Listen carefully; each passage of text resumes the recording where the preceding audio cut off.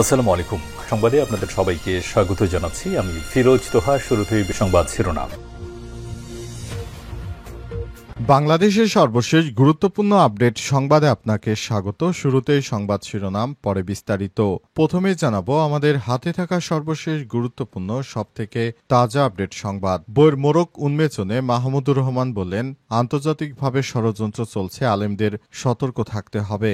আমার দেশের সম্পাদক মাহমুদুর রহমান বলেছেন, 9/11-এর পর সারা বিশ্বে ইসলাম ফোবিয়ার যে ব্যাপক প্রসার হয়েছিল, এরই সুযোগ নেয় প্রতিবেশী দেশ ভারত। তাদের দালাল সরকার বাংলাদেশের মসনদে বসে আলেম সমাজ ও দেশপ্রেমিকদের উপর নির্যাতন চালিয়েছিল। এরপর জানাবো, নির্ভয় ভোট দিতে আসো, তোমাদের জন্য অপেক্ষা করছি বললেন ঢাবি উপাচার্য।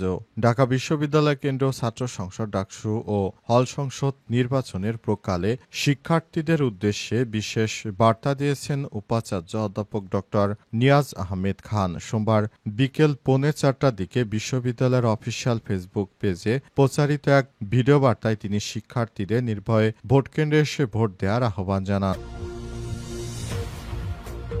এদিকে নেপাল জুড়ে জেনজিদের বিক্ষোভ, পুলিশের গুলিতে নিহত 19, আহত 347 জন। নেপালে দুর্নীতি এবং সামাজিক যোগাযোগ মাধ্যমে সাম্প্রতিক নিষেধাজ্ঞার বিরুদ্ধে জেনজির নেতৃত্বে হওয়া দেশব্যাপী আন্দোলন ভয়াবহ সহিংসতার রূপ নিয়েছে। আজ রাজধানীর কাঠমান্ডু এবং অন্যান্য বড় শহরে পুলিশ ও বিক্ষোভকারীদের মধ্যে সংঘর্ষে পুলিশের গুলিতে অন্তত 19 জন নিহত এবং 347 জন আহত হয়েছে। এবারে জানাবো, বগুড়ায় পেট্রোল পাম্পের সহকর্মীকে নির্মমভাবে পিটিয়ে হত্যা, অভিযুক্ত গ্রেপ্তার। বগুড়া একটি পেট্রোল পাম্পে আর্থিক বিবাদকে কেন্দ্র করে ক্যাশিয়ার ইকবাল হোসেনকে নির্মমভাবে হাতুড়ি দিয়ে পেটানোর ঘটনায় তার মৃত্যু হয়েছে। এই ঘটনায় নির্মমভাবে হত্যা করার ঘটনায় তার সহকর্মী রাকিবুল ইসলামকে গ্রেপ্তার করেছে র্যাব। তিনি মাত্র 20 সেকেন্ডে অন্তত 23টি হাতুড়ির বাড়ি দেন তার সহকর্মীর মাথায়। এবং সর্বশেষ জানাবো, জলবায়ু নিয়ে বাংলাদেশ ও ব্রাজিল কাজ করবে বললেন পরিবেশ উপদেষ্টা। পরিবেশ ও বন জলবায়ু পরিবর্তন মন্ত্রণালয় এবং পানি সম্পদ মন্ত্রণালয়ের উপদেষ্টা সৈয়দা রিজানা হাসান বলেছেন, ব্রাজিলের বেলেম শহরে অনুষ্ঠিত জাতিসংঘ জলবায়ু পরিবর্তন সম্মেলন COP30 বৈশ্বিক জলবায়ু আলোচনা এগিয়ে নিতে ব্রাজিল গুরুত্বপূর্ণ ভূমিকা পালন করবে। বাংলাদেশ উচ্চাভিলাষী তবে অন্তর্ভুক্তিমূলক ফলাফলের লক্ষ্যে ব্রাজিলের সঙ্গে ঘনিষ্ঠভাবে কাজ করতে প্রস্তুত। প্রিয় দর্শক, এতক্ষণ শুনছিলেন সংবাদ শিরোনাম, এবারে বিস্তারিত। তবে তার আগে বন্ধুরা, অনুরোধ থাকবে এই সংবাদটিতে একটি লাইক দিন। এই চ্যানেলে আপনি নতুন হয়ে থাকলে আমাদের সংবাদটি দেখতে দেখতে চ্যানেলটি সাবস্ক্রাইব করে রাখুন। কমেন্ট করে বন্ধুরা আপনার মূল্যবান মতামত জানিয়ে দিন আপনি বিশ্বের কোন দেশ থেকে বা বাংলাদেশের কোন স্থান থেকে আমাদের সংবাদটি দেখছেন এবং শুনছেন। এবারে বিস্তারিত। বইয়ের মোড়ক উন্মোচনে মাহমুদুর রহমান বলেন, আন্তর্জাতিক ষড়যন্ত্র চলছে, আলেমদের সতর্ক থাকতে হবে। আমার দেশের সম্পাদক মাহমুদুর রহমান বলেছেন, 9/11-এর পর সারা বিশ্বে ইসলামিক ফোবিয়াকে যে ব্যাপক প্রসার হয়েছিল, এরই সুযোগ নেয় প্রতিবেশী ভারত। তাদের দালাল সরকার বাংলাদেশের মসনদে বসে আলেম সমাজ ও দেশপ্রেমিকদের উপর নির্যাতন চালিয়েছিল। বর্তমানে আন্তর্জাতিক ষড়যন্ত্র চলছে জানিয়ে আলেমদের সতর্ক থাকতে হবে বলে উল্লেখ করেন তিনি।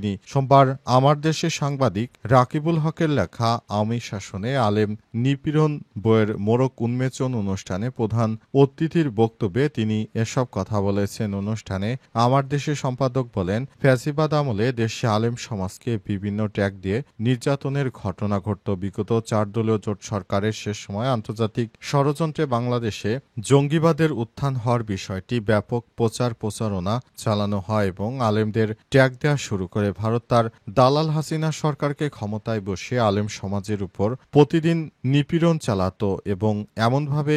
চালাতো এবং আন্তর্জাতিক মহলকে তারা এমনভাবে বলে দিত যে বাংলাদেশে জঙ্গিবাদের উত্থান হয়েছে, কারণে শেখ হাসিনা সরকারের খুবই প্রয়োজন এবং শেখ হাসিনা সরকার সব রকমের প্রচেষ্টা চালিয়ে জঙ্গিবাদ দমন করছে। তিনি বলেন, শেখ হাসিনা যেভাবে আলেম সমাজদেরকে একটি চক্রান্তর মধ্য দিয়ে নিয়েছিল, সেটা কোনোভাবেই গ্রহণযোগ্য হতে পারে না। শেখ হাসিনা বাংলাদেশটাকে ধ্বংসের দ্বারপ্রান্তে নিয়ে গেছে। শেখ হাসিনা ভারতের একটি তাবেদার সরকার। তার সরকার সবসময় বাংলাদেশ কিভাবে ধ্বংস হবে সেই পায়তারা করত, এমন অভিযোগ করেছেন আমার দেশের পত্রিকার সম্পাদক মাহমুদুর রহমান। এ সময় উপস্থিত ছিলেন দেশের বিভিন্ন আলেম ওলামাগণ।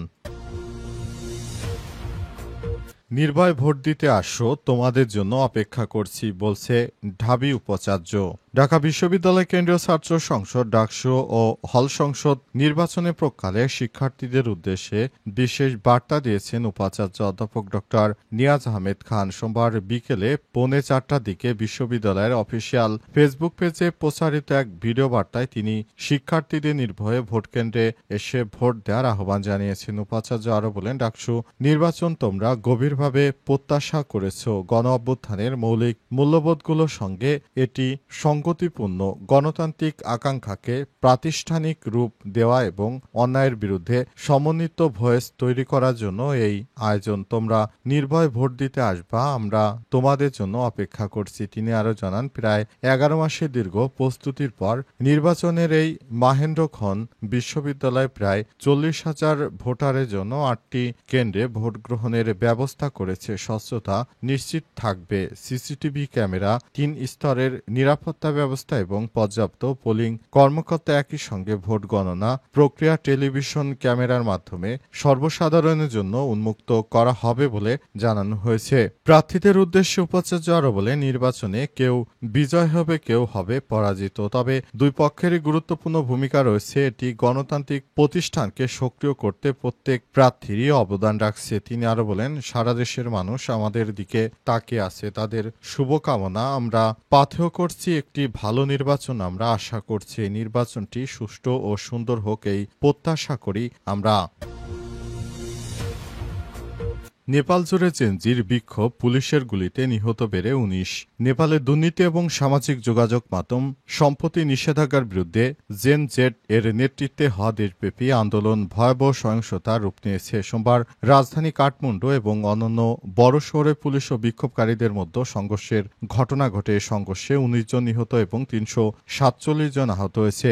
সোমবার নেপালের সংবাদ মাধ্যম দ্য কাঠমান্ডু পোস্ট এক প্রতিবেদনে এই তথ্য নিশ্চিত করে। প্রত্যক্ষদর্শী ও হাসপাতাল সূত্র থেকে জানা গেছে, শুধুমাত্র কাঠমান্ডুতে 17 জন নিহত হয়েছে। এর মধ্যে জাতীয় ট্রমা সেন্টারে 8 জন, এভারেস্ট হাসপাতালে 3 জন, সিভিল হাসপাতালে 3 জন, কাঠমান্ডু মেডিকেল কলেজে 2 জন এবং ত্রিভুবন টিচিং হাসপাতালে 1 জন মারা যায়। এছাড়াও সুনসারির ইটাহারিতে বিক্ষোভ চলাকালে এক বিক্ষোভকারী ঘটনাস্থলে নিহত হন এবং গুরুতর আহত অবস্থায় আরেক BP Koirala institute of health science মারা যান।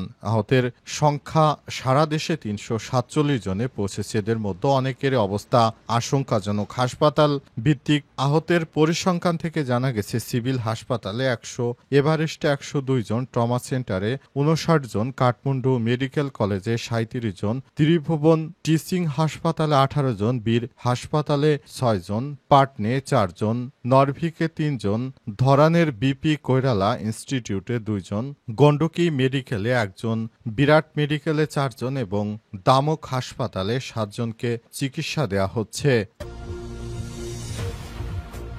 বগুড়ায় পেট্রোল পাম্পের সহকর্মীকে নির্মমভাবে হত্যা, অভিযুক্ত গ্রেপ্তার। বগুড়া একটি পেট্রোল পাম্পে আর্থিক বিবাদকে কেন্দ্র করে ক্যাশিয়ার ইকবাল হোসেনকে নির্মমভাবে হত্যা করেছে তার সহকর্মী রাকিবুল ইসলাম রতন। আজ সামাজিক যোগাযোগ মাধ্যমে ছড়িয়ে পড়া সিসিটিভি ফুটেজ থেকে দেখা যায়, রতন মাত্র 20 সেকেন্ডে 23 বার হাতুড়ির আঘাতে ইকবালের মাথায় আঘাত করে তাকে হত্যা করে পালিয়ে যায়। এরপরই ডিবির সদস্যরা তাকে খুঁজতে থাকে। অবশেষে বিভিন্ন জায়গায় খোঁজাখুঁজির পর তার সন্ধান পাওয়া যায়। অবশেষে তাকে হেফাজতে নেওয়া হয়েছে। তাকে জিজ্ঞাসা করা হলে, কেন তুমি হত্যা করেছ? তিনি বলেন, তুচ্ছ ঘটনাকে কেন্দ্র করে 2 জনের মধ্যে কথা কাটাকাটি হয়। এক পর্যায়ে 2 জনের ভিতর মনোমালিন্য আরও ব্যাপক আকারে ছড়িয়ে পড়ে। সে পদে বড় থাকার কারণে তাকে শাসিয়েছে এবং মালিকের কাছে তার বিষয়ে বিভিন্ন মিথ্যা কথাবার্তা বলে তার বিরুদ্ধে অ্যাকশনে গিয়েছে মালিক পক্ষ। এ কারণে তিনি রাগান্বিত হয়ে এই ধরনের প্রতিশোধ নিয়েছেন বলে জানা জানা গেছে।